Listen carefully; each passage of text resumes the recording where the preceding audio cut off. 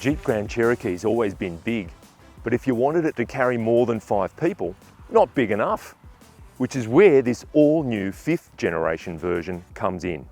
It's the Grand Cherokee L, Jeep's first ever 7-seat version of its flagship SUV. It's set to compete with top-spec versions of mainstream models like the Hyundai Palisade and Toyota Land Cruiser Prado, as well as premium full-size family trucksters like the Land Rover Discovery and Volvo XC90. We're at the Australian launch of the Grand Cherokee L to see how it stacks up under local conditions. But before we get into the details, this video is broken into chapters. Here are the time codes. If there's something you particularly want to know about, you can skip ahead or use the markers in the YouTube timeline down there.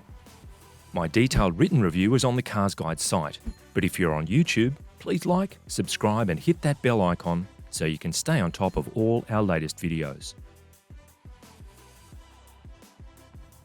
The Grand Cherokee L, set to go on sale mid-year, is the first of several versions of the Grand Cherokee set to arrive in 2022. Our very own Chesto has driven the 5-seat version in the US, specifically the plug-in hybrid 4xe, another first for the model, set to hit showrooms in the second half of the year. But for now, the 7-seat L is the focus, offered in 3 grades from around $80,000, topping out at $115,000.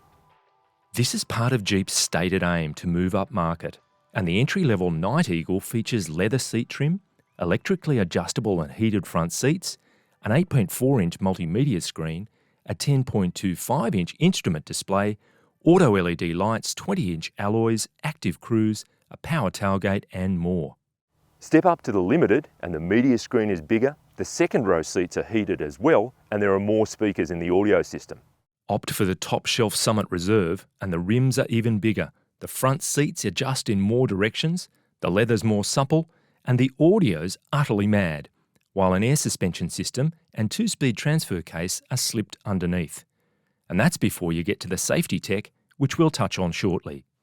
All the details are in my written review on the site. But despite a solid asking price, generous standard equipment helps substantiate what is a category competitive value package. A decade. That's how long the previous 4th generation Grand Cherokee was on sale in Australia, which is ages, but also testament to the quality of that car's design. And there are echoes of it in this new model's exterior. The overall proportions are similar, although the track is increased by 36mm, and the overriding impression is that key elements have been made slimmer and wider for a more contemporary look. The headlights, LED on all models, have been made shorter but longer, and the signature 7-bar Jeep grille has been truncated a little but stands more upright. Character lines along the side of the car are softer, and the rear follows the same slimline philosophy, but it's inside where the biggest steps have been taken. The dash and controls have been transported from the relative dark ages to a clean and simple design, dominated by this broad centre console, topped by a sleek media screen.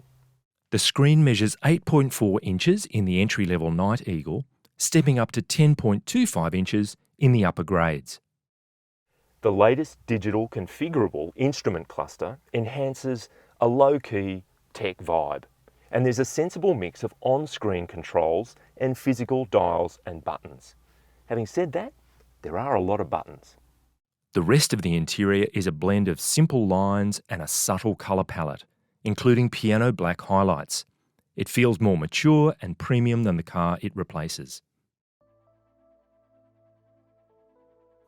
When it comes to practicality, thoughtful, family-friendly touches include large door apertures, with the doors themselves opening right out to 64 degrees, as well as a second-row seat able to move fore and aft to balance passenger and/or cargo space. In terms of storage up front, there's plenty. There are big bins in the doors with space for bottles, and a pair of cup holders in the centre here. They're a decent size. There's also a storage box between the front seat, which doubles as an armrest. It's a 2-layer job, plenty of space in there, and there's a wireless charging bay and any number of USB-A and USB-C ports, as well as a 12-volt outlet. So, in the second row here, I'm sitting behind the driver's seat, set for my 183 centimetre position, and there's plenty of room, acres of legroom in fact. I could move forward to give the third row a little more space. Storage, there are pockets in the doors again with space for bottles. There's a mat pocket here, a fold down armrest with 2 cup holders, and rear seaters have got their own ventilation control, and again, heaps of connectivity in terms of USB-A and USB-C. Then, to access the way back seat, the third row, this middle row will roll and fold forward somewhat. Then, it's a slight contortion act to jump in and into the rear row. And once back here, there's actually enough headroom for me to sit perfectly upright. There's enough knee room as well for a full-grown adult. So if it's the kids that are consigned to the rear, it's not too bad. There's a bottle holder on each side, ventilation in the C-pillars, and little pockets for storage of bits and pieces, and USB charging again in the back here. So I reckon whoever's here is laughing. And how's this for a parent's dream? FamCam, optional on the Limited and standard on the Summit Reserve, is an adjustable rear seat monitoring camera able to switch between all second and third row positions. No more craning around and taking your eyes off the road to check what's going on back there. Even with all 7 seats upright, boot space is just under 500 litres. Fold the third row and that grows to more than 1,300 litres. And with the second and third rows down, you've got enough room to start a boutique furniture moving business. Here in the boot, the load height is pretty friendly. There's no lip to get on top of, and a power tailgate is standard on all models. It's hands-free on the Summit Reserve. And if you're into towing, this thing's rated to tow a brake trailer up to 2.8 tonnes. All versions of the Grand Cherokee L are powered by a 3.6 litre V6 petrol engine, producing around 200 kilowatts and 350 newton metres. It drives all 4 wheels through an 8-speed auto transmission and a transfer case, single speed on the first 2 models and 2-speed on the flagship Summit Reserve. The Evergreen Pentastar V6 is a naturally aspirated all-alloy quad-cam design featuring dual variable valve timing and direct injection. If you want more grunt, a 5.7 litre Hemi V8 is available, but in America, not here. And there's no diesel option either. However, as mentioned earlier, a plug-in hybrid, the 4xe, that's a 5-seat car, will be available later in 2022. As part of its development program, Jeep tested this new Grand Cherokee in remote parts of Australia, with more than 60,000 kilometres under the wheels of various prototypes, likely a big help in setting up the local drivetrain spec, which is the Night Eagle with a single-speed transfer case, the Limited with that same single-speed transfer case and select terrain traction management, then the Summit Reserve with a 2-speed transfer case, select terrain traction management, air suspension with 5 height settings, as well as electronic adaptive damping. As is usually the case with Jeep launching a new product, they don't shy away from taking it off-road. That's their heritage after all. So we've been on fire trails, national forest areas in southern New South Wales. Pretty challenging, uphill, downhill, rutted, dirt, rock, the whole bit. So we've been putting these vehicles through their paces, and a couple of things emerged. One, on street-focused tyres, this car does incredibly well off-highway. You've got multiple modes in terms of rock and sand and mud, snow, on it goes. The difference also between the Limited and the Summit Reserve, they're the 2 models that we've been driving on this launch, is quite marked, because the Limited has a single-speed reduction box and the Summit Reserve has a 2-speed with low range, and that makes a big difference, as well as a kind of crawl control for downhill sections, and you find yourself feeling just a little more composed as you're tackling these very difficult sections. So it's been good, and if you're the kind of family that wants to really get out there and get amongst it, this car will actually do the job. The other thing to note off-road, when you're sometimes slowly crawling up and over rocks or tiptoeing down the same kind of terrain on a decline, the torque of this naturally aspirated engine, there's plenty of it, and it's useful even at partial throttle openings at fairly low revs. So you're not found wanting for the car to get going. It's actually pretty strong, which is super useful when you're on the very rough terrain that we've been covering. So we're in the Summit Reserve, bumping along some of these trails, and you might be able to see down here we've got a forward-facing camera, and you can actually flick to a rear view as well, and that gives you some kind of vision of what's actually rolling under the front bumper of the car while you're attacking it, which is super handy. The other thing is the air suspension just allows you to change the ride height of the vehicle on the fly to the point where you can be right up on stilts, and that's handy for river crossings or deeply rutted roads. It's pretty handy. For those who need to know, the clearance numbers as well as approach, breakover and departure angles are in my written review. So when driving the Grand Cherokee, the first thing you recognise is the engine noise. That induction note from the Pentastar V6 is so recognisable, but in terms of what it delivers, close to 90% of its maximum torque is available from 1800 revs pretty much all the way to the rev ceiling.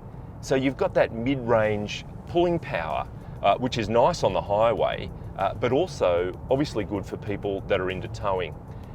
The 8-speed auto is nice and smooth as well, and shifting with these steering wheel paddles is pretty quick.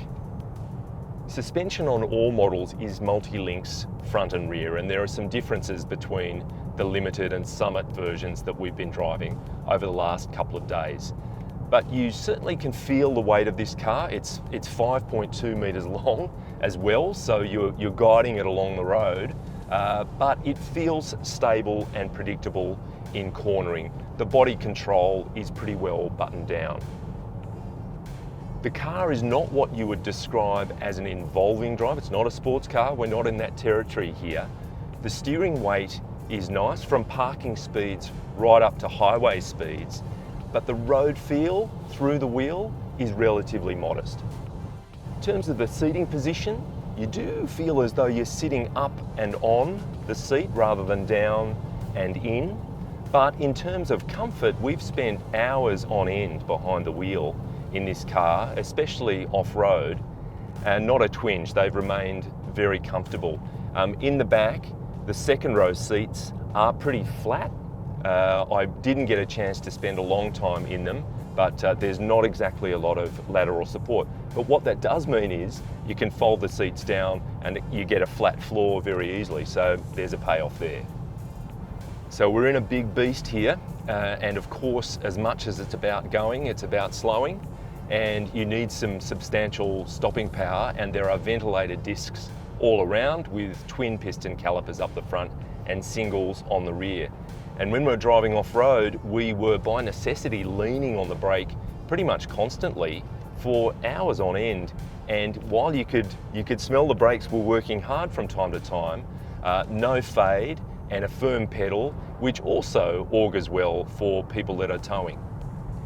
In terms of the ergonomics when you're actually driving the car, this new dash and instrument layout works very well. If you wanted to split hairs, there are a fair few buttons across the lower part of the console and on the wheel, but it's one of those things that you're going to get used to. And the screen is super easy to use, so all of that is a big improvement from the prior model. Under the heading of miscellaneous notes, the top dollar Summit Reserve boasts some top shelf features. Two highlights on the road being a 19-speaker 760-watt audio system and a multi-adjustable massage function on the front seats. Nice. Jeep's official fuel economy figure for the Grand Cherokee L on the combined cycle is 10.6 litres per 100 kilometres. And given the specific on and off-road combination of the launch drive, We'll wait until we can evaluate the car over a longer period to quote an on-test number. Worth noting, stop-start is standard, and in the name of weight saving, the car's bonnet and tailgate are aluminium. Still weighs around 2.2 tonnes though. The tank holds 104 litres, which using the quoted consumption number translates to a range of around 980 kilometres. The Grand Cherokee L is yet to be assessed by ANCAP, but Jeep has upped its active safety game, with standard crash avoidance tech including AEB with cyclist and pedestrian detection, and lane keep assist, as well as blind spot monitoring, rear cross traffic alert, traffic sign recognition, tyre pressure monitoring, and drowsy driver detection. The Summit Reserve adds Level 2 driving assistance features, a 360-degree camera view, self-parking assist, and more. If an impact is unavoidable, there are 8 airbags on board, dual front, front side, front knee, and full-length side curtain. There are 3 child seat top tethers across the second row, with ISOFIX anchors on all 3 positions, and there are top tethers on both third row seats. Read my review for all the details. Jeep covers the Grand Cherokee with a 5-year 100,000 kilometre warranty, which is behind the 5-year unlimited Ks cover, which is pretty much standard in the mainstream market now. But you do receive 12 months complimentary roadside assistance, which is renewed for another year every time you service your vehicle at an authorised Jeep dealer. Service is recommended every 12 months or 12,000 kilometres, and cap price servicing will be available, although Jeep is yet to confirm exact pricing. As a guide, the previous generation car, powered by the same engine, was around $400 annually for the first 5 years.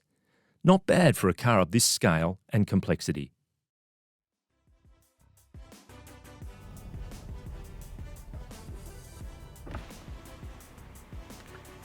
Jeep's aim with this car is to lift the Grand Cherokee to a more premium level, and that's as much about brand equity and badge credibility as it is the vehicle itself. The 7-seat L has stepped up in price, but also practicality, refinement and equipment while maintaining serious off-road ability. Does it have what it takes to tempt buyers away from, say, the German Big Three? That's a tough ask, but this Jeep has more of what it takes to make that a real possibility. If you're after more detail, head to the CarsGuide site for my written review, and if you're watching on YouTube, make sure to subscribe so you can stay on top of all our latest videos. You have a nice day now.